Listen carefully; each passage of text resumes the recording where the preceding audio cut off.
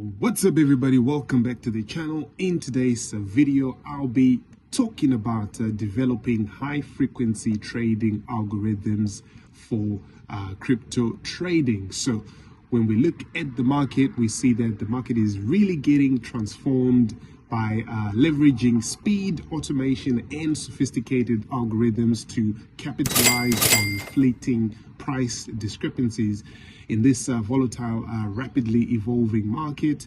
When we look at high frequency trading, this tends to sort of offer traders an opportunity to execute different transactions within sort of milliseconds, also capturing those small price movements that can actually add up to significant profits if you're using a good capital base. So in this video, I'll be actually giving you a detailed guide on how to develop high frequency trading algorithms for crypto trading. I'll be covering all the essential aspects from hardware requirements to strategy development and also performance evaluation. If you like the kind of content that I give you on this channel, make sure you hit that like button, subscribe, and always head on over to our main website, that is decentralized.news, for the best cryptocurrency exchange reviews, DeFi platforms, NFT marketplaces, anything and everything you'd want to learn about the crypto markets. You'll find it there, free resources and tools. If you want to know what platforms I like to use,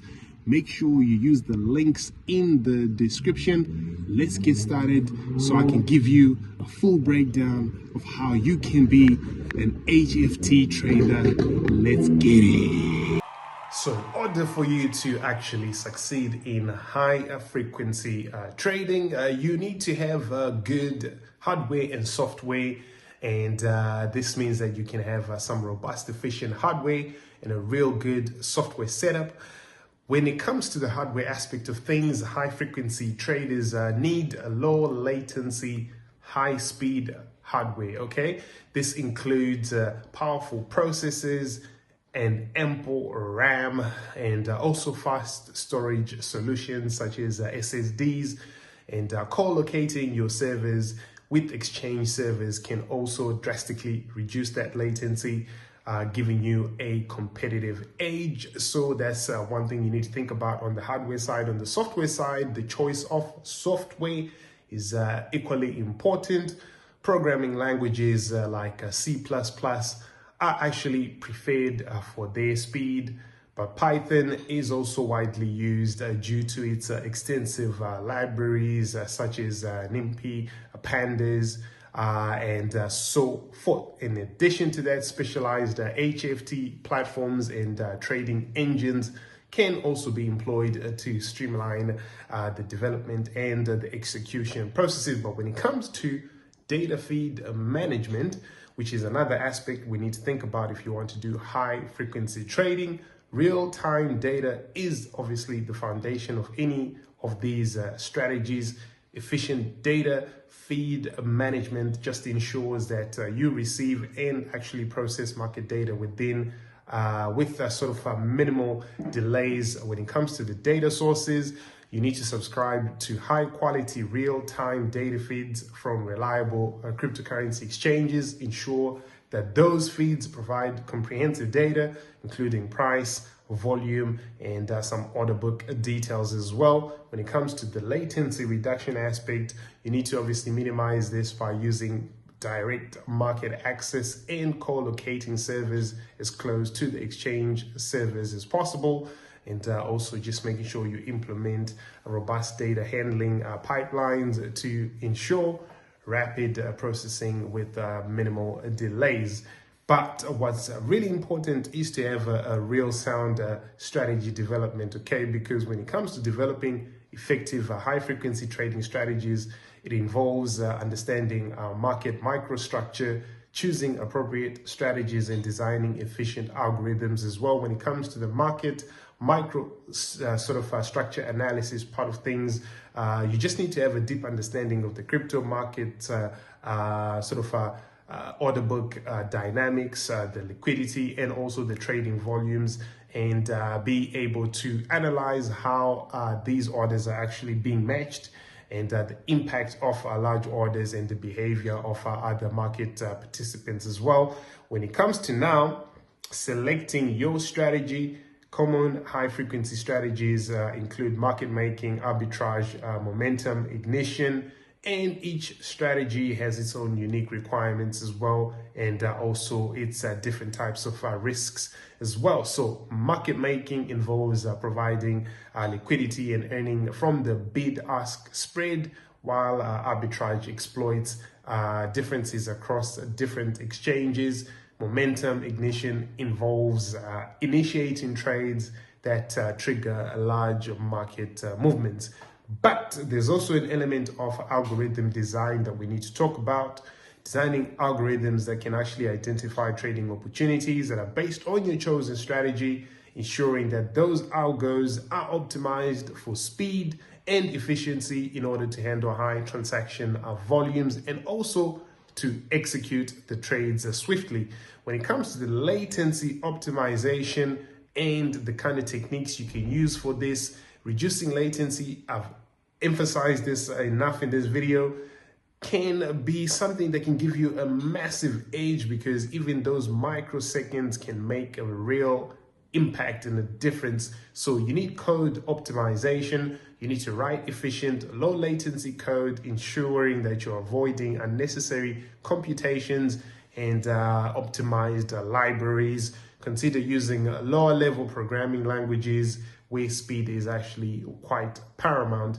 When it comes to the network optimization, you can use high-speed networks and minimize the number of hops between your trading system and also these exchange servers, and you can employ techniques like the kernel bypass and hardware accelerators to reduce the latency. So hardware acceleration in itself, utilizing hardware accelerators such as field programmable gate arrays or FPGAs, you can speed up critical parts of your trading algorithms, also reducing the processing time. Okay, so when it comes to the regulatory considerations, which is something that you need to definitely keep in mind, compliance and all that kind of stuff, market manipulation is something that's, not allowed, in terms of just making sure that your strategies do not engage in that kind of activity or other illegal activities. Staying updated with the regulations, especially in a fast market that's moving the way crypto is very important. Reporting and maintaining those detailed records of your trades and your strategies and your algorithms, that just helps you become compliant if you're in a place where these activities are regulated. Risk management, implementing also those robust practices to protect against any kind of significant losses is also important. So putting position limits is one way to risk manage, setting maximum position sizes to control your risk exposure, and also just avoiding over leveraging and ensuring that your trades are within the manageable limits. Okay, so you can also use stop loss orders, implementing automated stop loss orders to minimize your losses is something that you can also do in case of any kind of adverse market movements. And you can also regularly review and adjust those based on the conditions in the market at any given time. But also being able to diversify is another strategy that can always ensure that it reduces the impact of poor performing strategies and also any kind of market segments in your overall portfolio, be that those are not performing well.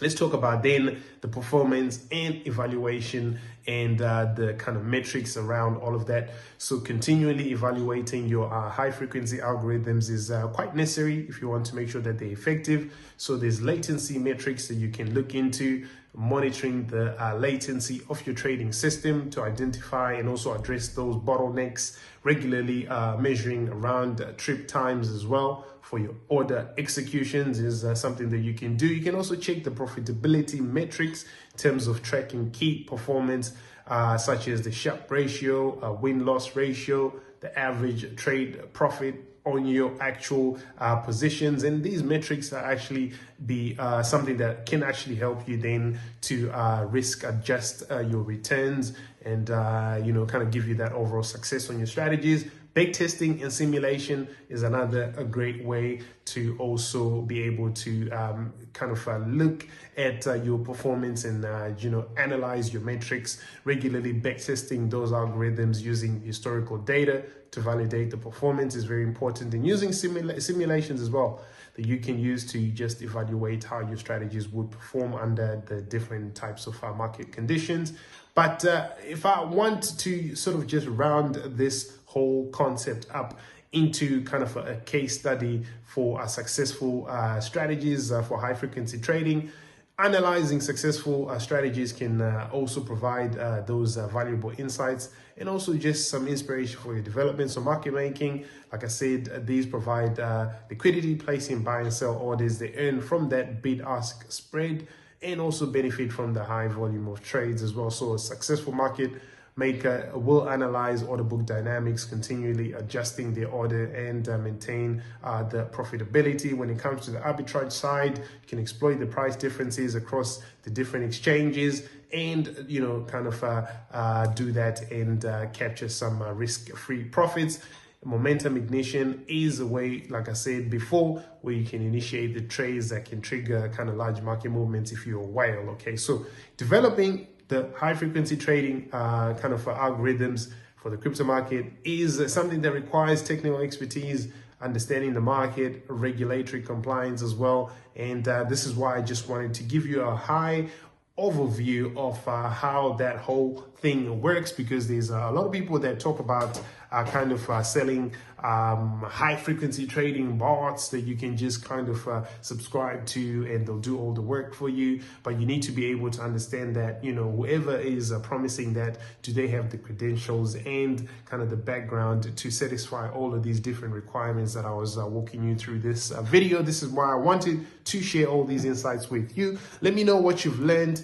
If you want me to keep making a lot more of these videos, also leave a comment, like, share, subscribe, turn on the notifications, and I'll see you guys in the next videos. And don't forget to subscribe and also check out all the links in the description. Peace, love.